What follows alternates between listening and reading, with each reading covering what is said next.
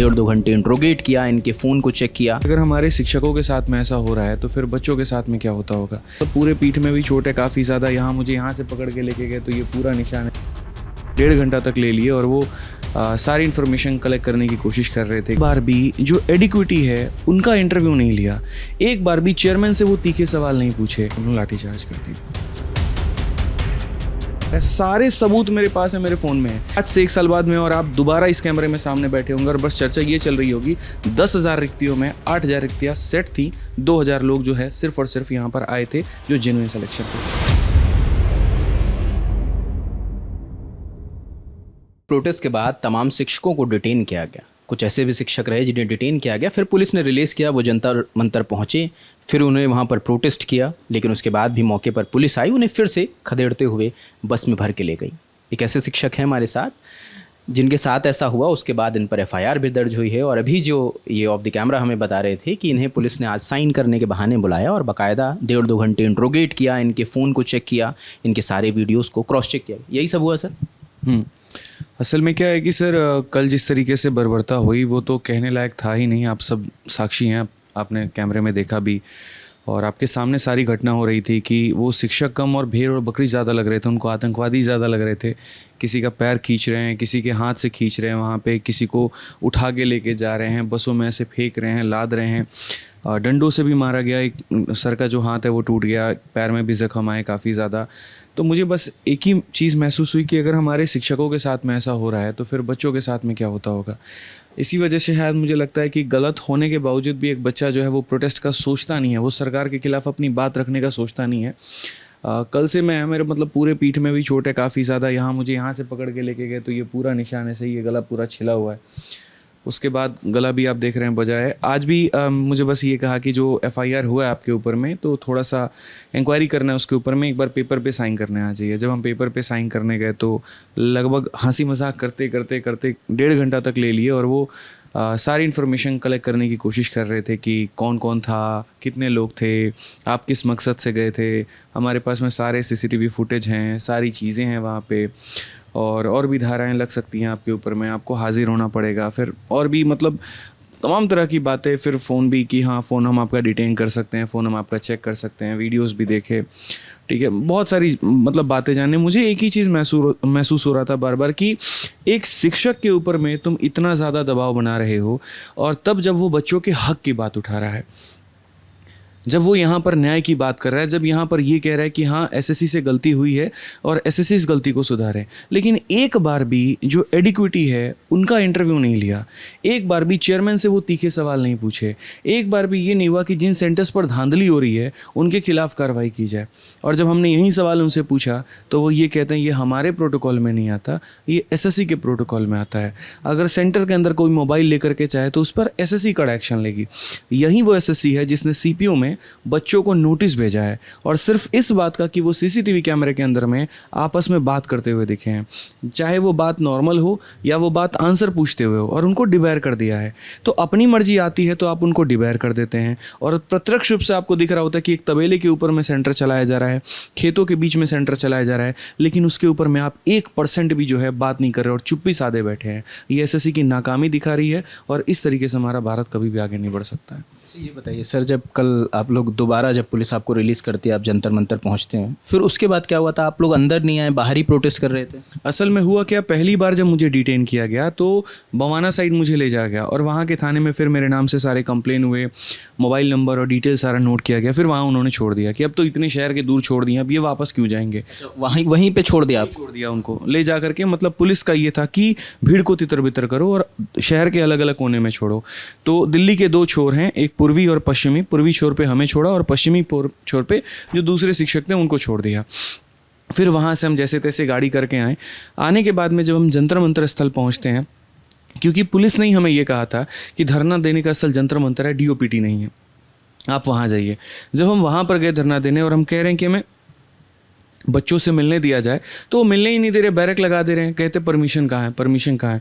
मैंने कहा जो अंदर बैठे हैं वो भी हमारे बच्चे हैं, यहाँ पर वो हमारा इंतज़ार कर रहे हैं और हमारे बिना उनको बल मिलेगा नहीं, वहाँ जाने दीजिए। लेकिन उन्होंने नहीं जाने दिया। हम वहीं सड़क पर बैठ गए, वहीं पर हमने जो है धरना देना शुरू किया। तो फिर उसके बाद उन्होंने लाठीचार्ज कर दी। उसके बाद की तस्वीर तो सभी ने देखी। बिल्कुल, और रात में मुझे 12:30 में थाने से इन्होंने छोड़ा है, और ना पानी दे रहे हैं ना कुछ दे रहे हैं। मतलब तबीयत इतनी ख़राब हो गई थी, विक्रम सर को मेडिकल इमरजेंसी आ गया था, लेकिन हमने ये कहा बस हॉस्पिटल में रोक दीजिए, चाहे आप हमारे साथ चल लीजिए, लेकिन नहीं रोका, टॉयलेट करने के लिए भी नहीं रोका। तो बहुत ही बुरी तरीके से उनका व्यवहार रहा, जो सच में दिल दुखाने वाला था। आज क्योंकि कल जब प्रोटेस्ट वहाँ से ख़त्म किया गया, तब प्रशासन की ओर से ये आश्वासन दिया गया था कि आप लोगों की मांग थी कि डीओपी मंत्री से आप मुलाकात करेंगे और अपनी मांगें रखेंगे। प्रशासन ने 2 दिन का वक्त मांगा, उसी के बाद वहाँ से भीड़ और स्टूडेंट टीचर वहाँ से डिस्पर्स हुए। अभी क्या स्टेटस है, क्योंकि 1 दिन बीत चुका है, 1 दिन बाकी है बस? अभी सर कहीं पर कोई भी किसी तरीके से एसएससी के माध्यम से नोटिस नहीं आया है। एक बार भी उन्होंने ये नहीं कहा कि हाँ एडिक्विटी से गलती हुई है और हम इसको सुधारते हैं, या हम इसके ऊपर विचार कर रहे हैं, या सीजीएल का पेपर हम अभी हाल फिलहाल नहीं कराएंगे, हम स्टेनो का पेपर अभी नहीं कराएंगे, इसके ऊपर में कोई संज्ञान नहीं है। उल्टा एसएससी और बच्चों को चिढ़ा रही है, और बार बार नोटिस दे के ये चिढ़ा रही है कि देखो हम तो पेपर लेंगे। किस तरीके से पेपर हो सकता है, आप मुझे ये बताओ ना सर। 100 बच्चे हैं, 100 बच्चे में पहले तो 20 बच्चे का सेंटर इतना दूर भेज देते हैं कि वो पेपर देने जाएगा ही नहीं। लड़कियों का फीस माफ़ किया गया है, लेकिन सेंटर इतना दूर रख दो कि घर सब बिक जाए वहाँ पे जाने पे। अंडमान निकोबार सेंटर है, आप कभी जीवन में कभी भी टूर करने के बहाने नहीं गए और पेपर देने अंडमान निकोबार जाएगा।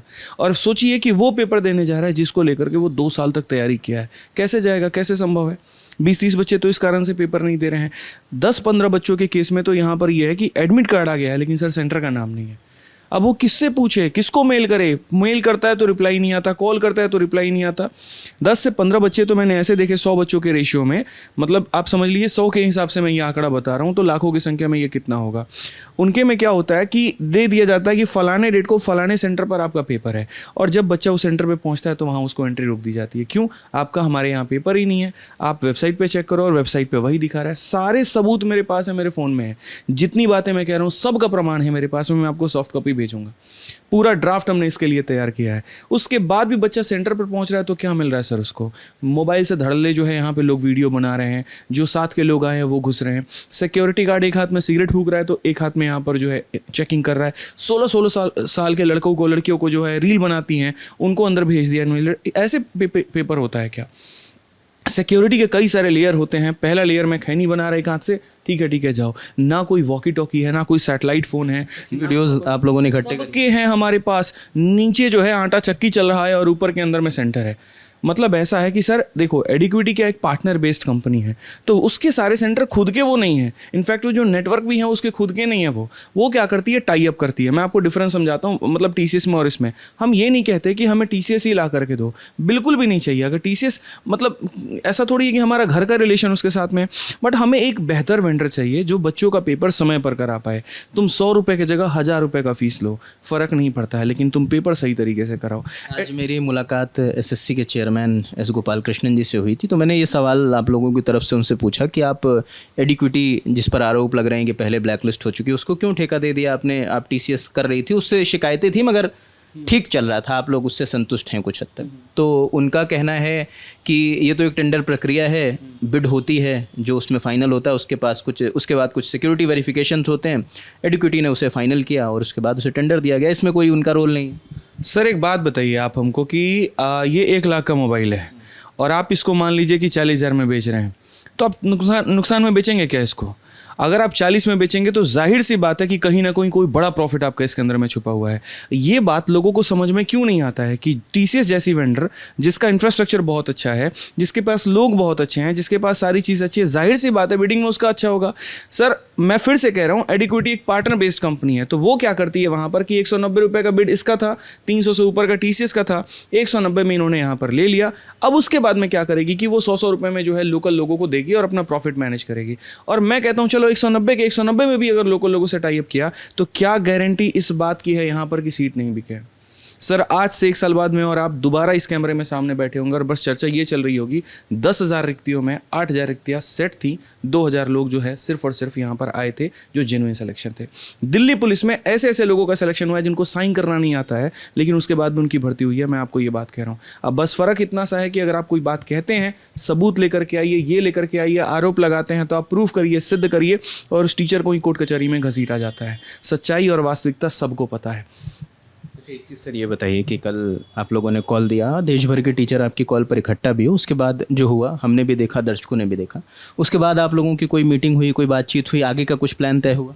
सर आगे की पूरी मीटिंग अभी चल रही है और आगे कैसे कर सकते हैं, क्योंकि दिल्ली में तो 15 अगस्त को लेकर के सिक्योरिटी टाइट है, प्रोटेस्ट किसी भी तरीके से नहीं कर सकते हैं, लेकिन हम प्रोटेस्ट के अलावा और भी काफ़ी सारे तरीके ढूंढ रहे हैं जिससे हम सरकार तक अपनी बात पहुंचा पाएँ। बस इतना है कि अन्याय नहीं होने देंगे और इस एडिक्विटी को किसी भी तरीके से हटा कर करेंगे। आप समझो सर, चेयरमैन साहब कैसी बात करते हैं। आप आज चेयरमैन साहब से मिल करके आए, हम लोग 2 दिन पहले डायरेक्टर साहब से मिल करके आए, हमने उनसे ये कहा कि सर 2 शिफ्ट में पेपर हो रहे हैं तो दोनों सेम कैसे हो सकते हैं। सीबीएसई का पेपर थोड़ी है और सीबीएसई भी पेपर लेती है, एक दिन में लेती है, एक जैसा सवाल होता है। आप एक बात बताओ, आज इनके 5 सवाल पूछे गए और कल मेरा पेपर है, वहीं 5 सवाल मेरे से पूछे गए, तो सर उस बच्चे के साथ अन्याय है कि नहीं अन्याय है? उसकी क्या गलती थी कि उसका पेपर पहले शिफ्ट में था? एडिक्विटी ने क्या किया कि पहले शिफ्ट में पूरे के पूरे 100 में से लगभग 60-70 सवाल दूसरे वाले के सेम कॉपी पेस्ट कर दिए। अब इसमें यहाँ पर डायरेक्टर को बचाव करना चाहिए। जब हमने उनसे पूछा ऐसा क्यों हुआ, उन्होंने इतना बेहुदा सा लॉजिक दिया। उन्होंने यहाँ पर ये कहा कि देखो बच्चा ये सोच करके जाता है कि अगले दिन का जो क्वेश्चन आएगा वो अलग आएगा, तो पहले वाले के आंसर को वो रटता ही नहीं है, और इसी वजह से हमने उसको सरप्राइज कर दिया। अब ये लॉजिक बनता है कोई बात का? यहाँ पर इस तरीके के सवाल, यूपीएससी का इंटरव्यू है कि आप यहाँ पे सेम क्वेश्चन पूछ रहे हो, डिफरेंट आंसर की एक्सपेक्टेशन कर रहे हैं। ऑब्जेक्टिव सवाल है, एक जैसा आंसर मिलेगा। सब्जेक्टिव पेपर हो तो बात भी अलग होती है। अभी फिर आप लोग क्या करने वाले हैं? सर टीचर्स कोऑर्डिनेट कर रहे हैं, स्टूडेंट्स का क्या रुख है? क्योंकि कई लोग मिले, वो बड़ा नाराज़ थे कि भाई इतना बड़ा कॉल हुआ, उसके बाद भी कोई आउटकम नहीं निकला। बिल्कुल सर, देखो प्रोटेस्ट ऐसी चीज़ होती है ना जिसमें आप एक दिन में एक्सपेक्टेशन नहीं कर सकते। अगर मैं आपको बताऊं तो उन लोगों को थोड़ा ये याद करना चाहिए कि 2017 के समय में 10-10, 12-12 दिन तक धरने पे बैठे, तब जाकर के नेशनल मीडिया ने कवर किया, और यहाँ पर एक दिन में पूरे भारत में यहाँ पर हर नेशनल टीवी इसको दिखा रही है। तो ये तो सर अपने आप में एक छोटी जीत है ना। किसी भी आंदोलन में आप किसानों को देखो सर, कितने महीने तक वहाँ पर बैठे रहे, उसके बाद भी फैसला जो है शुरू में उनके हक में नहीं आया, और हम 2 दिन में यहाँ पर जीत की कल्पना करनी, ये बिल्कुल गलत है। हाँ बिल्कुल है, जैसे एक्सपेक्टेशन लोगों की होती है वैसा नहीं होता है, बट सर ये कोई रिसेप्शन नहीं है कि आप एक्सपेक्ट करके आए थे कि हमको खाने में ये मिलेगा और वो नहीं मिला। यहाँ अलग अलग तरह के जब लोग होते हैं, अलग अलग शिक्षक होते हैं, अलग अलग उनके विचार होते हैं, अलग अलग विमर्श होते हैं, आप सबके अकॉर्डिंग काम नहीं कर सकते। अभी फ़िलहाल हमने जो कल हुआ है उसके बाद से हम अलग अलग तरीके ढूंढ रहे हैं, और सबसे पहले मैं सभी लोगों से एक बात कहूँगा, कोई भी शिक्षक है, किसी भी राज्य का है, किसी भी क्षेत्र का है, आप अपने एरिया में एक संगठन बनाइए, वहाँ पर आप इसको लीड करिए। क्योंकि मुझे इतना मैं आपको आश्वासन दे रहा हूँ, पिछले 2 दिनों में मैं हर किसी से मिल चुका हूँ, मिनिस्टर है, एमपी है, एमएलए है, डीसीपी है, आईओ है, हर किसी से मैं मिल रहा हूँ, और इतना मुझे समझ में आ चुका है कि आप दिल्ली में बहुत बड़े स्तर पर धरना नहीं कर सकते। तो इसका एकमात्र उपाय यही है कि आप अपने राज्य में संगठित होकर के 4-5 कोचिंग संस्थान मिल करके एक लीडर बना करके आप वहाँ पर जो है धरना दीजिए। इस तरीके से भी करेंगे तब भी आपकी भारत में आवाज़ पहुंचेगी। रेलवे का धरना जब होता है सिर्फ बिहार में एक जगह से नहीं होता सर, बिहार के हर डिस्ट्रिक्ट से होता है, सिवान, छपरा, आरा, सब जगह से हो रहा होता है। तो फिर एसएससी में ऐसा क्यों नहीं हो सकता?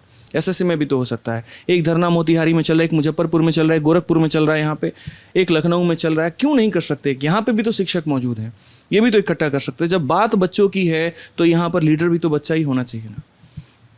और बाकी जो हम तरीके ढूंढ रहे हैं उसमें हम काफ़ी सारी चीज़ों को प्लान कर रहे हैं, जिसमें हम ट्विटर कैंपेन भी हमारा शामिल है, हम अलग अलग मंत्रियों को जो है हम संज्ञान देने वाले वहाँ पे, ठीक है। तो ये सारा भी हम प्लान कर रहे हैं सर, उसके लिए मैं स्पेशल वीडियो लेकर के आऊँगा, उसके माध्यम से मैं सारी चीज़ें बता पाऊँ। ये भी बताया जा रहा है कि स्टूडेंट्स पर भी एफआईआर हुई, टीचरों पे तो हुई है, कुछ स्टूडेंट्स पर भी एफआईआर हुई है। सर पूरी कोशिश है यहाँ पर कि क्या ऐसा कर दिया जाए कि बच्चे के अंदर में डर बैठ जाए, वो साला ज़िंदगी में सपना ना सोचे सरकारी नौकरी का।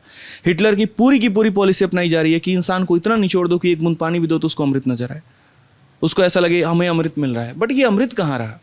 आप अगर चाइना की तरह कम्युनिस्ट वाली जो है सोच अगर अपनाना चाह रहे हैं तो आप डेवलपमेंट भी तो वैसा करिए ना। या तो आप ये कह दीजिए कि हम नहीं देंगे सरकारी नौकरी, हमने तो जी सारा अंबानी और अडानी को बेच दिया, तो हमें कोई दुख नहीं है, हम मान लेंगे वो बात कि हमारी किस्मत में ही था। एक मिडिल क्लास बच्चा सोचे भी तो कहाँ तक सोचे, वहाँ पर शुरू में संघर्ष करता है कि हाँ उसको अच्छा स्कूल नहीं मिला, फिर धीरे धीरे अपने पैरों पे बाल मजदूरी करके जैसे भी करके यहाँ पर अच्छा कॉलेज में जा रहा है, जैसे तैसे करके वो पढ़ाई कर रहा है। उसके बाद में एक सपना सोचता है कि सरकारी नौकरी एकमात्र ऐसा जरिया है जहाँ तैयारी करने में खर्च नहीं लगता, खर्च लगता है तो उम्र का, खर्च लगता है तो समय का, चलो इसमें तैयारी करके कुछ अच्छा करें। लेकिन सरकार वहाँ पर भी धोखाधड़ी करती है, कभी एग्जाम कैंसिल, कभी पेपर लीक, कभी कुछ। इंसान करे तो क्या करे, बस मुझे समझ में नहीं आता है। बहुत शुक्रिया सर हमसे बात करने के लिए। ये आदित्य रंजन सर हैं, जिनका कहना है कि वो स्टूडेंट से भी बात कर रहे हैं, शिक्षकों से भी बात कर रहे हैं, और ये तैयारी कर रहे हैं कि इस मुहिम को आगे कैसे ले जाया जाए। आज एक दिन बीत गया है प्रोटेस्ट के बाद का, कल दूसरा दिन है। अब ये देखना होगा, क्योंकि प्रशासन ने इसी शर्त पर कॉल बैक किया था, प्रोटेस्ट वापस हुआ था, बच्चे अपने अपने घर लौटे थे कि 2 दिन के भीतर डीओपीटी के जो मंत्री हैं जितेंद्र सिंह, उनसे मुलाकात करवाएंगे। अब ये देखना होगा, आज का दिन चला ही गया है, अब कल मुलाकात होती है या नहीं होती है, या शिक्षक क्या रुख इख्तियार करते हैं। तो जो भी अपडेट होगा वो हम आपको बताते रहेंगे। कैमरे के पीछे विजय है, मेरा नाम रजत है। देखते दिल टॉक। शुक्रिया।